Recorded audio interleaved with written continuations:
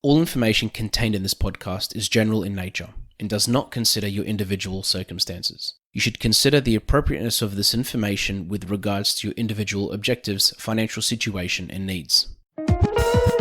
Welcome to Sharing More Than the Sheets, a podcast to help you and your partner make better financial and lifestyle decisions so that you can both focus on the things that you love. I'm your host, Michael Khouri, financial planner, green thumb, husband, and just dad.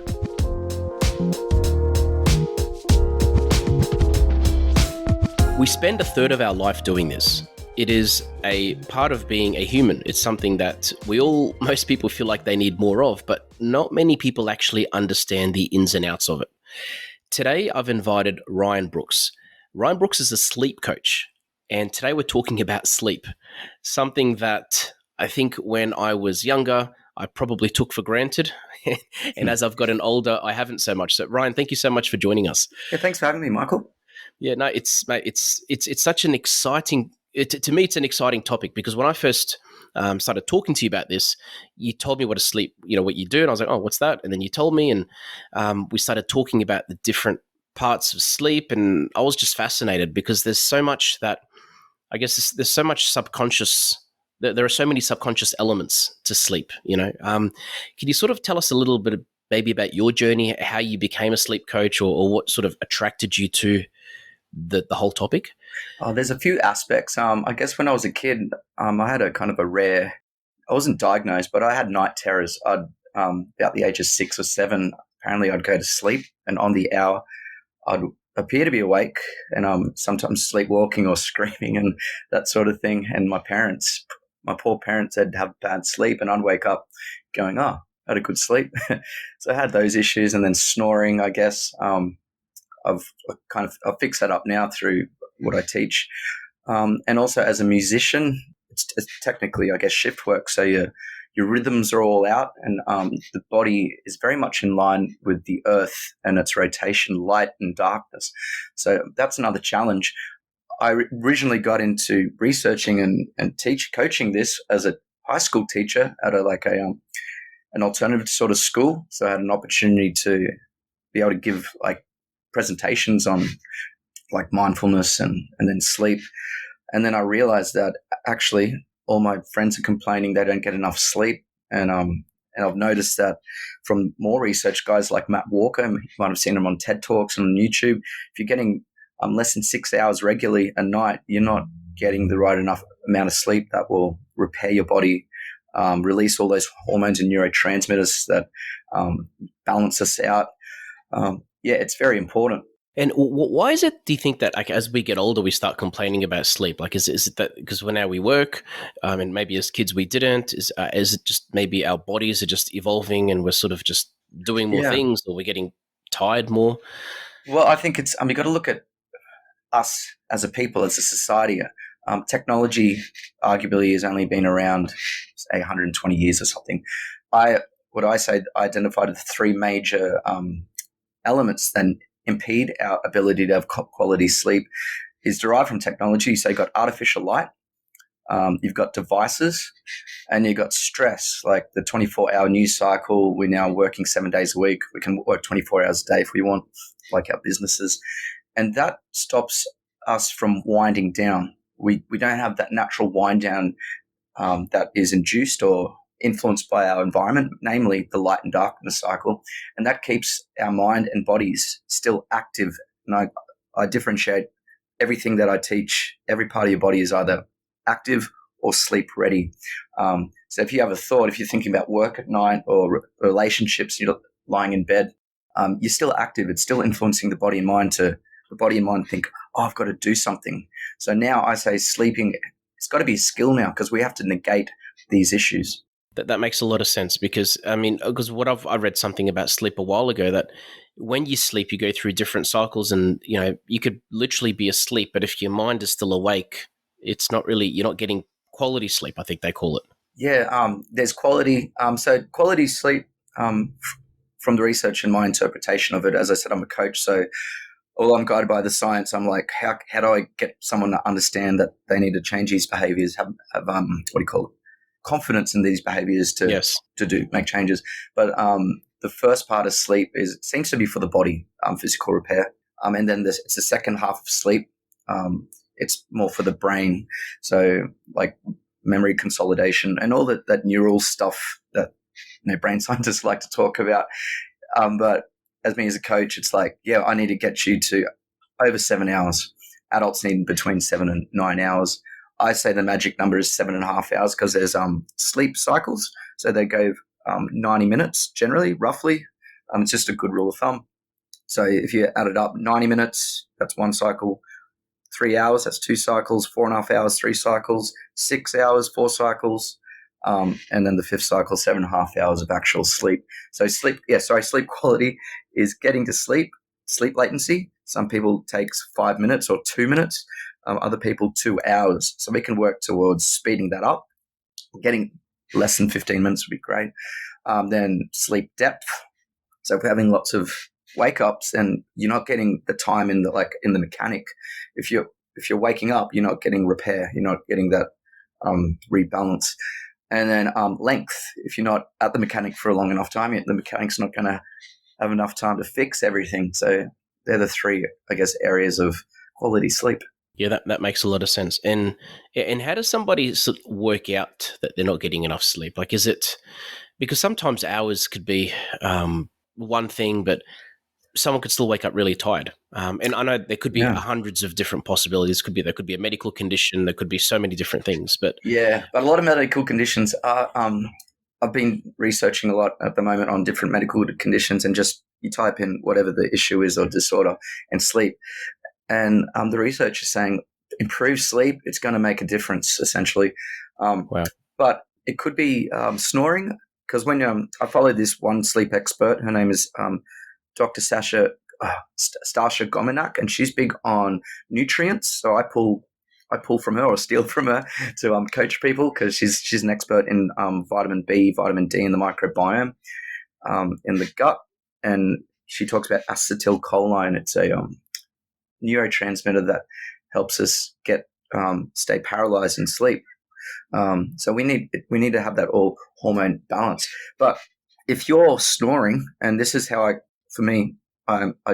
recorded on my app. There's an app called Sleep Cycle, and you go, why am I not feeling good? And you record yourself. It's noise activated, and I noticed that I'd snore, and then when I'd snore, it'd wake me up because I'd be, and then because the lungs are trying to get air, it'd wake me up, and then I'm awake. So it stopped all that repair, and then I'd move. So because of that awakeness, waking up, you're not going deep enough, So that can affect. So it could be snoring. It could be environmental noise. Does that relate to sleep apnea? Yeah. So there's kind of like from least bad to worse is like no snoring. So I did this technique that fixed my snoring, and once I did it, I'll just tell you now, I just put tape on my mouth, essentially. You can get special mouth tape because what happens is if you're breathing, your mouth might slowly open if you're normally a nose breather, and then you'll start breathing through your mouth. But what happens is the tongue kind of gets caught at the back, but the body's still used to breathing through the mouth, and then it's not getting air. The heart speeds up, and the heart speeding up is associated with fight or flight, and then it wakes you up. And then fight or flight is action, not sleep ready. So that's one. There's a few aspects that can stop you, like keep you snoring. So I mouth taped, and then I was just nasal snoring, but I found it lessened over time. But I didn't wake up with most of my nasal snoring, because with snoring there's elements with musculature. You got to build up it's called upper airway muscle tone. So what can happen when we're snoring is our upper airway muscle tone gets floppy. So then it encourages snoring, and then it kind of collapses, and then you'll have snoring issues. The aim is not to have as much, to lessen that body fat around your neck and also your stomach, because that body fat can get in the way of the diaphragm.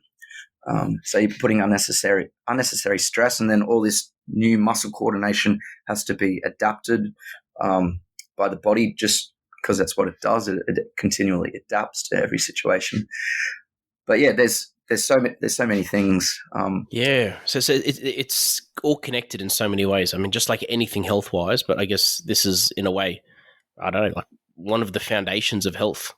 Yeah, I'm a big believer. The heart tells a story, so I look at heart rate variability, um, and also breathing.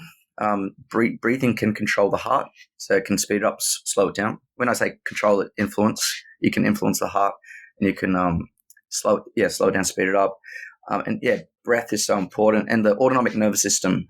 And then I talk about also lowering the brain activity, so we can get into a good sleep state, or sleep ready state. We know what happens in good sleep. It's parasympathetic dominance, that's the autonomic nervous system, as opposed to sympathetic Yep. dominance, which is your fight or flight, or not so extreme, just like action orientated. We have a heart rate dip. If you look at all the sleeping apps, so it can go from like 20% to 30%, sometimes 35%. My heart rate dips now. The app tells me about, 25 to 32%, because essentially you want to be as still as possible in your sleep. We know that the hormones and neurotransmitters of sleep get released. So we're talking about melatonin, we're talking about GABA, we're talking about adenosine. Well, actually, not at that time. Adenosine is have you heard of the sleep drive? No. So there's a thing called a sleep drive. You can look it up, but it's very much connected to the concept of adenosine buildup. So at the beginning of the day when we wake up, generally if we are sleeping well, the adenosine levels are low. And as the day goes on, that adenosine builds up. So until it hits a threshold, like a tipping point, or a threshold. And that's what causes us to feel drowsy. And then we go, oh, it's nighttime, I want to go to bed. And then melatonin is responsible. It's the darkness hormone, they call it. It's responsible for winding down the systems of the body. And then you got GABA, which is responsible for lowering the activity in your brain. So they all have their purpose. They're all doing something different, but they are working towards sleep. So then adenosine, once we go to sleep, it gets converted to like an energy kind of chemical, and then it Yes. lowers, and then that cycle happens again. Yeah, everything's the autonomic nervous system, and sleep, a circadian rhythm, it's all connected. These podcasts have been brought to you by Better Financial Planning Australia. To book a free 15-minute phone chat, visit betterfinancialplanning.com.au. So what are some tips that you can give to somebody that wants to work on their sleep and wants to improve it, apart from maybe having a chat to someone like yourself? Yeah, I was just going to say you could book an appointment with me. I'm actually releasing in the next month a modulated course that goes into a lot more detail about, the brain, or behaviorally, autonomic nervous system, hormones, and neurotransmitters of sleep. But essentially, got to be aware of circadian rhythm.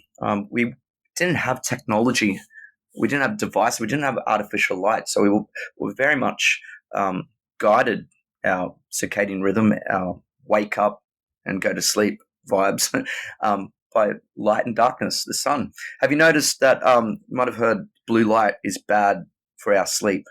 Yes. And that's because research says that it suppresses melatonin, and that's a hormone that is responsible for winding down the systems of the body. So that helps us get to sleep and also, get deep enough to repair.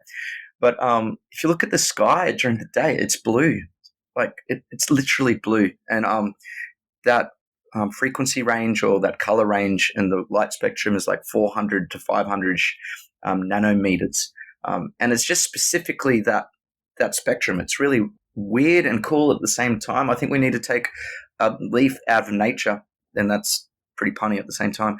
We have circadian rhythm clocks in nearly every cell of our body. Just research. Go to Google Scholar. Don't just Google it. We have circadian clocks in nearly every cell of nature, like trees and plants. They are very much guided by the light and dark. There's even research that I've read that nature, like trees and plants and animals, their circadian rhythms and like their survival and foraging is being kind of distorted from artificial light that us humans are, providing. So yeah, being aware of light first, and the other concept is it's all about stimulation, arousal of the brain, of the body. So we got to lessen everything that's stimulating us. We're not machines, so we can't just flick a switch I think what people think right now is, oh, we can still watch TV, have lights, listen to loud music, and then go to sleep. It's not how it works. There's the body has biological processes that gradually wind down, and they work together. They work. I don't know. They just work together. I don't know a scientific word for it, but they just work together, and Yeah. we've got to accept that we're not machines. We're not droids. We're not apps. We Yeah, I want to personally. I want to stay away from sleeping pills and all that. But sometimes we, you have to, depending on what's going on in your life. But essentially, there's so much more chemical reactions happening in our body than just what a sleeping pill might target. And so that's why, therefore, skills approach. So yeah, being aware of our stimulus. That's why they say don't watch TV before bed, like 2 hours, because you need that time to wind down. If you're watching TV, especially something that's emotionally provocative, your emotions are connected to the autonomic nervous system. You're going to get aroused, and the body's going to be active as opposed to leading towards sleep ready. And we need to wind down. So that's why in sleep hygiene they say have some sleepy tea, have a warm bath, read a book. Because if you're watching TV or on your devices, not only getting that blue light, which is suppressing the melatonin, you're activating parts of your body, parts of your brain, because TV, you got visual stuff, so it's going to activate or stimulate those visual cortexes. You got auditory stuff that's going to activate that. You got emotional stimulus, it's going to activate that. So that's why you've probably heard people say, "Oh, I read a textbook, a boring textbook, and I go to sleep," because you don't have any visual stuff. There's just the printed word. It's not emotionally provocative, so it's going to help wind down. That makes a lot of sense. And I'm also thinking like back in the caveman days. I love to relate things back to the caveman days, but I mean, like Yeah, back then, you sort of when the sun was up, you woke up. When the sun went down, you normally went to bed. I mean, no one back then stayed up on Netflix at 4 o'clock in the morning listening to David Attenborough documentaries. Like it was sort of it's the way our body originally functioned. Well, I don't know about originally, but thousands of years ago. So yeah, we were more in tune with just light and darkness. There was no technology to help us stay active at night. Like computers, phones, artificial light, they help us still be, do work, be productive at a time when, if you believe in creation or evolution, if we were just evolved to cycles, look at tides, there's a cycle. You look at the sun, there's a cycle. Seasons, there's cycles. We've got to get more into that cyclic, that gradual build up and gradual wind down that the earth just does. yeah, And also, if we want to get if we're going to get to bed or to sleep quick, we need to learn to wake up quick as well. And that's where shift workers, that it's really like nurses, ER doctors, and all that. They've got it tough, and because they got shifts all over the place. Our bodies are designed to, gradually up, gradually down, and if you shift that, it's just going to get confused. It doesn't understand, rostering. It's going, wait a minute, we should be asleep now, or wait, we should be awake now. Like, it gets confused. yeah, of course. And I just think of my chickens. Like the second in the morning the sun's up, they're up, and the second the sun starts going down at about, I mean, depending when you're listening to this in Australia, but I mean, like here in Queensland, 6 o'clock, 6:30, normally the sun's down. The chooks, they know straight away, and that's it. Like they won't even like run around, nothing. They'll just literally just chill and sleep. So Yeah. So that one thing your listeners might have a family, go camping and turn off your devices at night, and it's a good way to reset your circadian rhythms, because you're not going to be influenced by TV shows and that. Really embrace the nature and rise with when you feel like you're going to wake up, and go to sleep when you feel sleepy. yeah. You're not going to be overly stimulated. Yes, yes, and when you and I were talking the other day, you mentioned to me that people that sleep really well or don't sleep really well, part of that could be the way they were brought up as children, like the habits that they had that their parents put on them, things like. Can you sort of just expand on that little topic? 'Cause I found that pretty cool. Yeah, as a teacher, I'm noticing the change in like teenagers. They're gaming late at night, and that's really disrupting their circadian rhythm. I'm 40 now, so when I was a teen, there was just TV, and TV got boring, after 10, 11 o'clock, after the the late night movie. Oh, it's not really late. The 8:30 movie, 9 o'clock movie. I'd work at McDonald's, come back at about midnight. That was late. Put on TV, 10 minutes, boring, go to sleep. There's just so many things that stimulate us and keep us interested. Also, that habitual training of going to bed, like strict routines. If we're creatures of nature, we're creatures of what do you call it? It's called behavioral conditioning. If you can encourage your child to keep going to bed at the same time and keep the room just for sleeping, it's they associate it with sleep, and then you can build in those routines and habits, and it can be shown to like stay with you for the rest of your life. It's good to analyze, talk to your friends who sleep really well, the people who say, "Oh, I can be sleep in 2 minutes and then wake up fresh." Ask them, like, yeah, what are their habits about their childhood upbringing? How do they do it? And again, it's a habit, and you can go back to those kind of concepts of making a new habit in 30 days. It's possible. There's neuroplasticity. Essentially, it's just saying you can change, but you got to want to, and you got to put some effort in. And what are some ways someone can track their sleep? You mentioned Sleep Cycle. I think it's an app. I know, like on fitness devices, they track your sleep these days and what type of sleep you're getting. Is there any particular type of thing that you'd recommend that you've seen works?